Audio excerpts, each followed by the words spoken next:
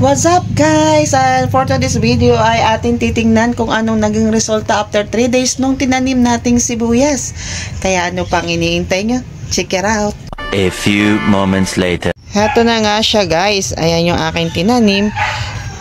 After 3 days, ayan na siya. Mahaba na yung kanilang mga dahon dyan. At ayan na nga sila. Unti-unti na nga silang namumukadkad. At ang ganda ng kanyang dahon guys. So green na green silang lahat. Ay peg mayroon talaga tayong itinanim. May sibuyas tayong aanihin niya sa halagang 25 pesos lang yan guys. Ayan sa mga gusto pong magtanim dyan. Pero wala naman kayong mga lupain. Pwede po kayong magtanim sa mga paso-paso lamang at ilagay nyo lang sa beranda ng inyong mga tahanan. At yan, instant na po yan. Magkakaroon na kayo ng aanihin na sibuyas lang naman. Nagustuhan nyo naman po ang aking video mga kaibigan, pwede ba akong makahiling?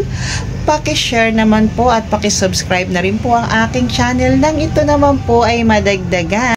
Paki-click na rin lang po ng notification bell para maging updated kayo sa mga susunod kong mga video. Yan lang po. Thank you for watching.